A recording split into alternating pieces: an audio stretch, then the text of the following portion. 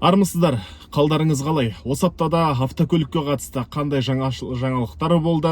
Жалпы автокөлікпен жол жүру ережелеріне қатысты қандай ережелер бар, ережелер болады? Бір шолып өтейік. Енді қазақстандықтарға жаңа көлік сатып алу жеңілдемек. Бұның жақсы жағы да, жаман жағы да бар. Екіншісі, бүгін түнгі 12-ден бастап, яғни 6 мамырдан бастап жаңа ереже күшіне енбекші.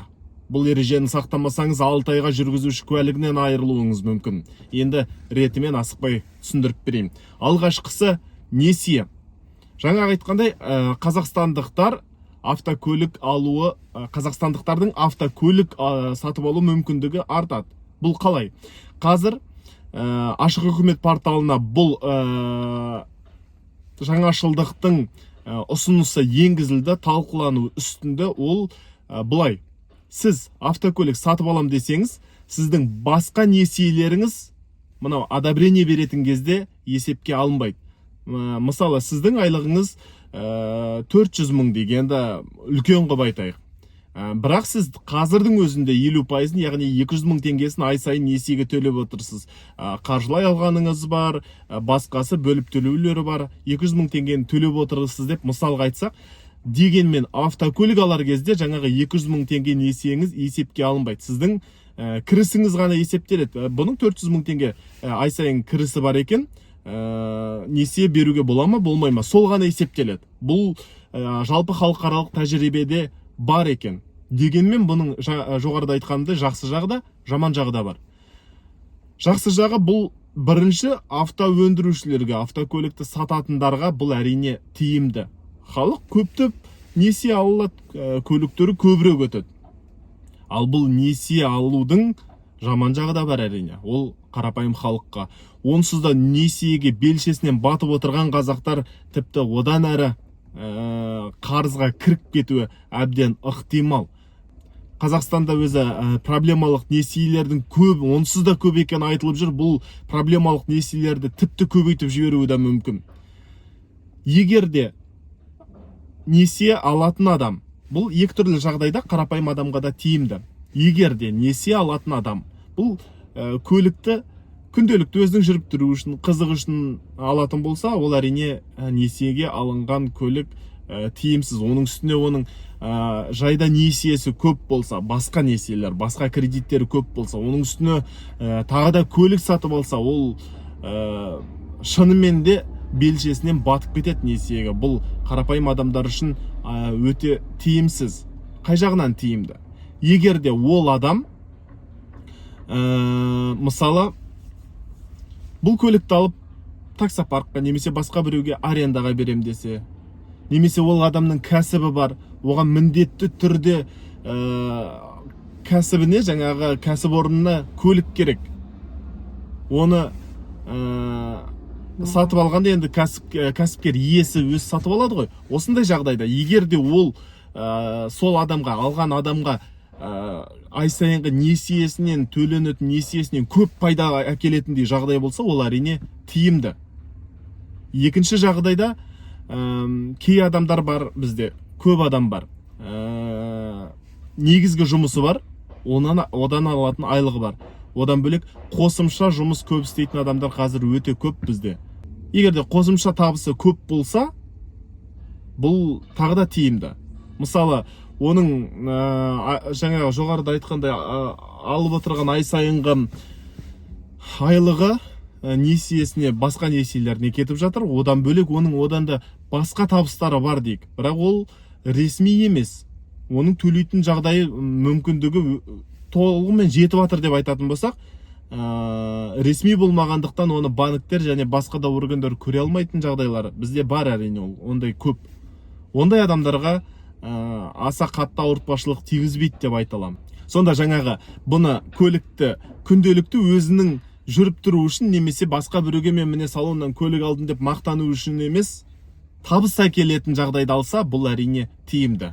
Екіншісі, оның жабатындай толық мүмкіндігі болса, егер де ол өзі қиналып қалмаса, ертең оның отбасы қиналып қалмаса, балаларының аузынан жырып осы көліктің несиесін төлейтіндей жағдай болмаса, ол әрине жақсы. Сондықтан бұл несиені алған кезде ойланып барып, дұрыс шешім қабылдау керек. Беріп жатыр екен деп барып бас көз жоқ ала бергенде дұрыс болмайды. Осыны ескергеніміз жөн. Сондықтан бұндай жаңашылдық егер де енгізілетін болса, оның екі жағы да бар екенін естен шығармайық шағайын. Екінші жаңалық. Бүгін 5 мамыр 2024 жыл 6 мамырдан бастап күшіне енеді. Оны барлықтарыңыз көріп, біліп, естіп жүрген боларсыздар. Ол бір жолақты кесіп өту. Яғни, басып озу тыйым салынған жерлерде бір жолақты басып, сіз алдыңыздағы көлікке орысша айтқанда обгон жасасаңыз, бұрынғыдай айыппұлмен құтылмайсыз. Енді 6 айға дейін жүргізуші куәлігіңізді алып қоюға құқықтары бар. Бұл жол жүру ережелерінің сақталуына бір жағынан керемет мүмкіндік жасайды. Жолдағы апаттардың азаюына мүмкін, біраз септігін тигізуі де мүмкін. Бізде жолда өте көп кездеседі, әсіресе трассаларда, мынау бұрылыстардың алдында, немесе мынау жоғарыға қырға шығып, немесе одан түсетін кездерде алдындағы машина көрінбейтін кезде де бізде неше түрлі құтырғандар аңыратып газын басады, алдындағы бас көз жоқ озып кете салады. Сондай кезде қарама қарсы бағыттан көлік келіп қалып жатса, міндетті түрде ол апаттың зардабы өте ауыр болатыны белгілі. Бұл ереже енгізілгеннен кейін біраз адам ойлануы да мүмкін. Сондықтан бұл аз да болса жол көлік апаттарының алдын алуға мүмкіндік береді деген пікір де бар. Екінші жағынан бұл жүргізушілерді біраз қысып тастайтын сияқты. Сіздер қалай ойлайсыздар? Бұндай ереже жалпы керек пе еді, керек емес пе еді? Одан бөлек қосымша айта кету керек, мынау бағдаршамның сары түсі деген нәрсе көп талқыланып жатыр. Жалпы айтқан кезде бағдаршамның сары белгісіне өтуге баяғыдан тыйым салынған. Егер де бағдаршамнан кейінгі жерде полиция қызметкері тұрса, енді біраз адамдарыңызда, осы сіздердің де іштеріңізде болған шығар, тоқтатып сарыға өтуге болмайды деген әңгімелер айтылған, өздеріңізді естіген шығарсыздар. Тек бұл жолы не өзгереді? Бұл жолы тек қана ол автоматтандырылып жатыр.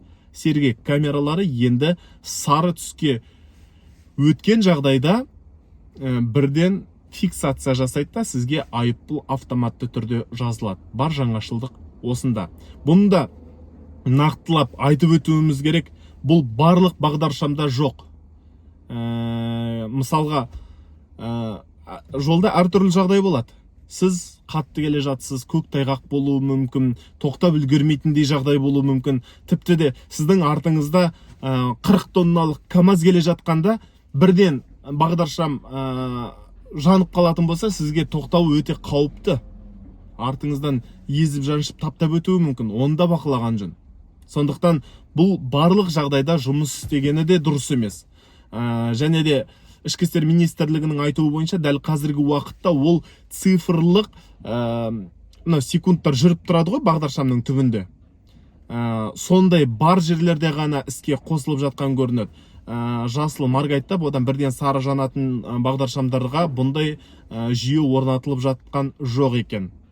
Бұл жаңашылдықтың мынадай жағы да бар. Бірден сарыға өтуге болмайды деп тыйым салып тастаған кезде бағдаршамның түбіне келіп тормозды басатындар көбейді. Артынан келе жатқан көліктер бұрынғыша жайбарақат келіп, ана көліктің артына кіріп кетіп жатқан жағдайлары бар.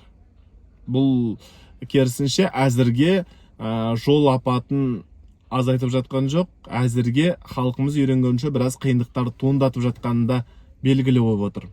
Айтпақшы, бұл жерде мынаны түсіндіре өту керек.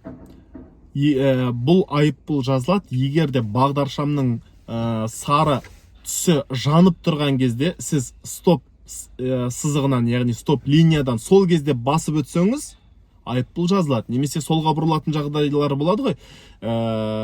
Сіз солға бұрылайын деп күтіп тұрсыз, қарсы келе жатқан көліктерді өткізіп, сол кезде сары жанса, сіз бастаған маневріңізді аяқтауыңыз керек. Бұндай жағдайда айыппұл жазылмайды. Көліктерді рәсімдеу тәртібі де өзгеріп жатқан, естіп жатқан боларсыздар. Егер де сіздер спецсонға барып, яғни мамандандырылған халыққа қызмет көрсету орталығына барып көлікті басқа адамның атына рәсімдейтін болсаңыз, бұл жерде сатып алу туралы шартты нотариалды жасау міндеттеліп отыр. Бұл не деген сөз? Бұл көлік сатып алушылар үшін қосымша шығын деген сөз. Міндетті түрде сіз бірінші нотариусқа барасыз, нотариустан барып бұл құжаттар рәсімдейсіз, содан кейін ғана барып көлігіңізді қайтадан рәсімдеуге мүмкіндігіңіз болады. Егер де сіз банк қосымшалар арқылы немесе мысалы Каспий банк немесе Халық банктың қосымшасы арқылы рәсімдейтін болсаңыз, бұл сатып алу туралы шарт, яғни ДКП, договор купли-продажи деп аталады, ДКП-ны жасау міндетті емес. Әзірге осы, амандықпен жүздесейік.